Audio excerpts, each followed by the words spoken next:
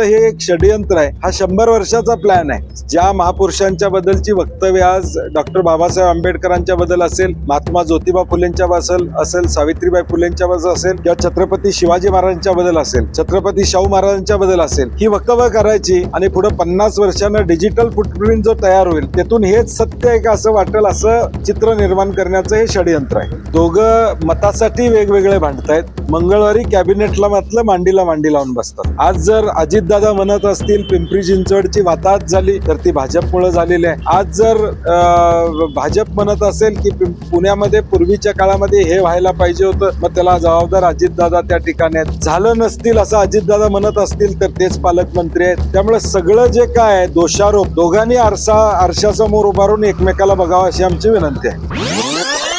भाजपची ही वैचारिक दिवाळखोरी आहे. रवींद्र चव्हाणांसारख्या भाजपच्या अध्यक्षांनी हे वक्तव्य करणं, माझी मुख्यमंत्र्यांना विनंती आहे की त्यांना हे मान्य आहे का? देश पातळीवरच्या भाजपच्या नेत्यांनी या ठिकाणी सांगितलं पाहिजे, दानवे साहेबांनी बोललं पाहिजे, गडकरी साहेबांनी सांगितलं पाहिजे की रवींद्र चव्हाणांचं वक्तव्य त्यांना मान्य आहे का? भाजपचं षडयंत्र काय? इतिहास पुसायचा, त्या व्यक्तिमत्वाबद्दल एखादी गोष्ट बोलायची आणि मग नंतर सावरासावर करायची, परंतु त्या व्यक्तीबद्दल या ठिकाणी काहीतरी चुकीचं बोलायचं आणि एक समाजामध्ये वेगळं वातावरण करायचं. आणि रवींद्र चव्हाणांच्या या वक्तव्याचा काँग्रेस म्हणून आम्ही जाहीर निषेध करतो. या महाराष्ट्रातली तमाम जनता त्याचा निषेध करते, कारण की सामान्यांचा मुख्यमंत्री म्हणून विलासराव देशमुख साहेबांची ओळख या महाराष्ट्राला आहे. आणि म्हणून असं वक्तव्य करून मला वाटते त्यांनी स्वतःची बौद्धिक क्षमता काय हे महाराष्ट्राला दाखवून देण्याचं काम केलेलं आहे. नाही, मला वाटते बोलताना तुम्ही तारतम्य बाळगलं पाहिजे. तुम्ही आता एका प्रदेशाच्या पक्षाचे अध्यक्ष म्हणून तुम्ही काम करतायत. नगरपालिका नगरपंचायतीमध्ये पण त्यांची वक्तव्य आम्ही त्या ठिकाणी बघितली. जे एक मॅच्युरिटी पाहिजे ती दुर्दैवानं मॅच्युरिटी त्यांच्यामध्ये दिसत नाही. मला वाटतं मी म्हणलं तसं भाजपचं एक षडयंत्र आहे. महापुरुषांचा इतिहास वेगळ्या पद्धतीनं लोकांच्या समोर सांगायचा. मागच्या काळामध्ये छत्रपती शिवाजी महाराजांच्या जन्मस्थानाबद्दल वक्तव्य भाजपकडून त्या ठिकाणी झाली.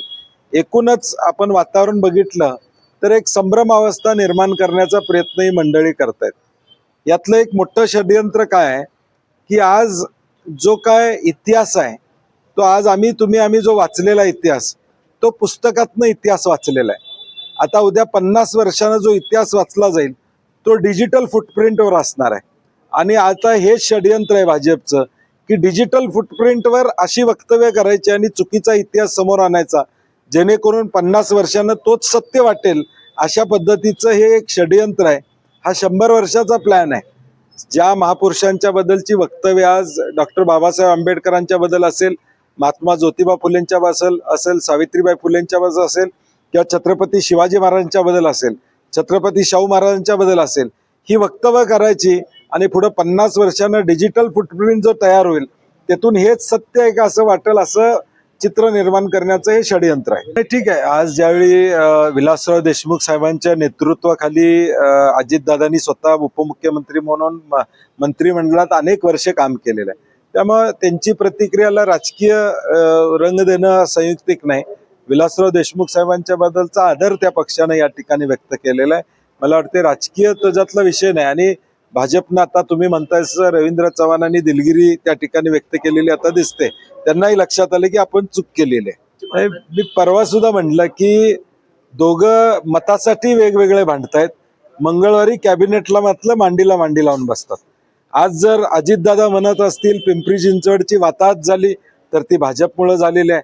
आज जर भाजप म्हणत असेल की पुण्यामध्ये पूर्वीच्या काळामध्ये हे व्हायला पाहिजे होतं, मग त्याला जबाबदार अजितदादा त्या ठिकाणी आहेत. झालं नसतील असं अजितदादा म्हणत असतील तर तेच पालकमंत्री आहेत. त्यामुळे सगळं जे काय आहे दोषारोप दोघांनी आरशासमोर उभारून एकमेकाला बघावं अशी आमची विनंती आहे. मला वाटतं मतापुरता 15 तारखेपर्यंत इशारा देण्यापेक्षा मंत्रिमंडळातून बाहेर पडावं. नाही, निवडणूक आयोगानं दखल घेणं आणि कारवाई करणं यातला फरक आहे. दखल ते सगळ्याच गोष्टीची घेतात. आम्ही शिष्टमंडळ घेऊन जातो त्यावेळी त्याची दखल घेतात. आम्ही निवेदन देतो त्याला पोच देतात. आम्ही निवेदन दिलं त्याचं पत्र आम्हाला मिळतं, परंतु कारवाई काय होते त्याच्यावर निवडणूक आयोजकाची स्वायत्ता आणि पारदर्शकता या ठिकाणी ठरणार आहे. नाही, मग ते अजितदादांनी स्पष्ट केलं पाहिजे. त्यांना मान्य आहेत किंवा नाही मान्य आहेत ते अजितदादांनीच स्पष्ट केलं आणि ते 15 तारखेच्या आधी करा म्हणा. नाही, आपण बघितलं नगरपालिकाच्या वेळी देखील नांदेडमध्ये ज्या पद्धतीनं मतदारांना कोडलं गेलं, तसंच आता उमेदवार उचलून घेऊन त्यांना धमकी देणं, त्यांना पैशाचं आमिष दाखवणं, दबाव आणणं, हे एक नवा ट्रेंड महाराष्ट्रामध्ये चाललेला आहे. जो ट्रेंड स्वर्गीय यशवंतराव चव्हाण साहेबांच्या या महाराष्ट्राला मान्य असणार नाही. आणि हा ट्रेंड जर असाच पुढे गेला तर उद्या निवडणुकाच होणार नाहीत. लोक म्हणतील आमच्या मताचा अधिकार काय आहे, तुम्ही माणसं निवडणुकीला उभारू देत, तुमचा माणूस निवडायला हरकत नाही, पण किमान लोकांना मतदान करायची तरी संधी द्या. मला सन्मान्य मुख्यमंत्र्यांच्या स्मरणात एक गोष्ट आणून द्यायची आहे की 2004 साली मनमोहन सिंगजी या देशाचे पंतप्रधान होते, त्यावेळी शहरीकरणाला पहिली योजना आली. JNNURM ची योजना असेल, UIDSSMT असेल, यात मनमोहन सिंगजींनी 1,00,000 कोटीचा निधी या देशाच्या इतिहासात पहिल्यांदा शहरांसाठी दिला. आम्ही बोगस स्मार्ट सिटीची घोषणा केली नाही. मेट्रोची संकल्पना असेल, कोस्टल रोडची संकल्पना असेल, किंवा वाढतं शहरीकरणाला ॲड्रेस करण्यासाठी मग अंडरग्राऊंड ड्रेनेजचा विषय असेल, रस्ते असतील, पहिली योजना या देशामध्ये मनमोहन सिंगजींनी काँग्रेसनी काढलेली आहे. आणि त्याची माहिती नसेल तर मी ते माहिती त्यांना पाठवायची व्यवस्था करू शकतो. नाही, मला वाटते ही गुंड भाजप आणि राष्ट्रवादी अजितदादांच्याकडेच आहेत. कारण की पुण्यामध्ये मुरली मोळांनी एक बोट त्यांच्याकडे दाखवले, अजितदादांनी 4 बोट त्यांच्याकडे दाखवले आहेत. सगळा भरणा तिथंच आहे. त्यामुळे लोकांनी आता निर्णय घेतला पाहिजे. हे भांडायला वेगवेगळे दाखवत आहेत मतं मिळवण्यासाठी. मतदान करताना आम्ही विरोधी पक्षात आहोत, आम्हाला सहकार्य करावं अशी आमची महाराष्ट्रातल्या जनतेला विनंती असणार.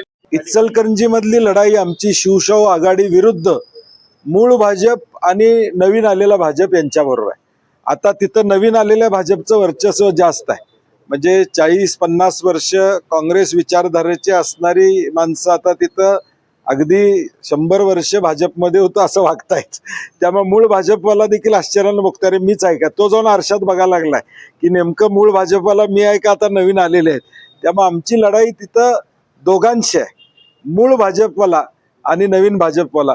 त्या दोघांच्या मधला समन्वय किती आहे हे आता पुढच्या या मतदानामध्ये दिसून येईल.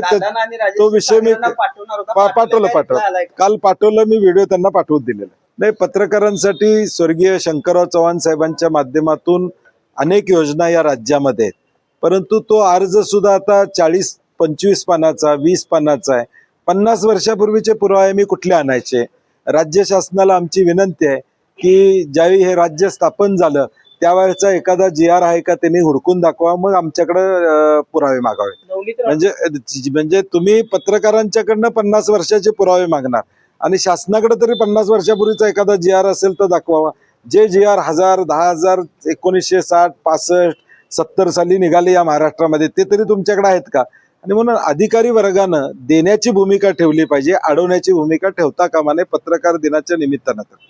नाही, आता काय त्यांना नाही, ते यावेळी करणार नाहीत, कारण की सर्व त्यांच्याकडे सुद्धा सर्व जाती धर्माचे उमेदवार आहेत. त्यामुळे तो आता विषय या निवडणुकीत त्यांचा एजेंडा असणार नाही. नाही, मला नाही वाटत तसं वक्तव्य करणं संयुक्तिक नाहीत, कारण की ते आता नांदेडमध्ये, लातूरमध्ये सुजाता आंबेडकरजी आमच्याबरोबर काम करतायत, मुंबईमध्ये आमच्यामध्ये काम करतायत.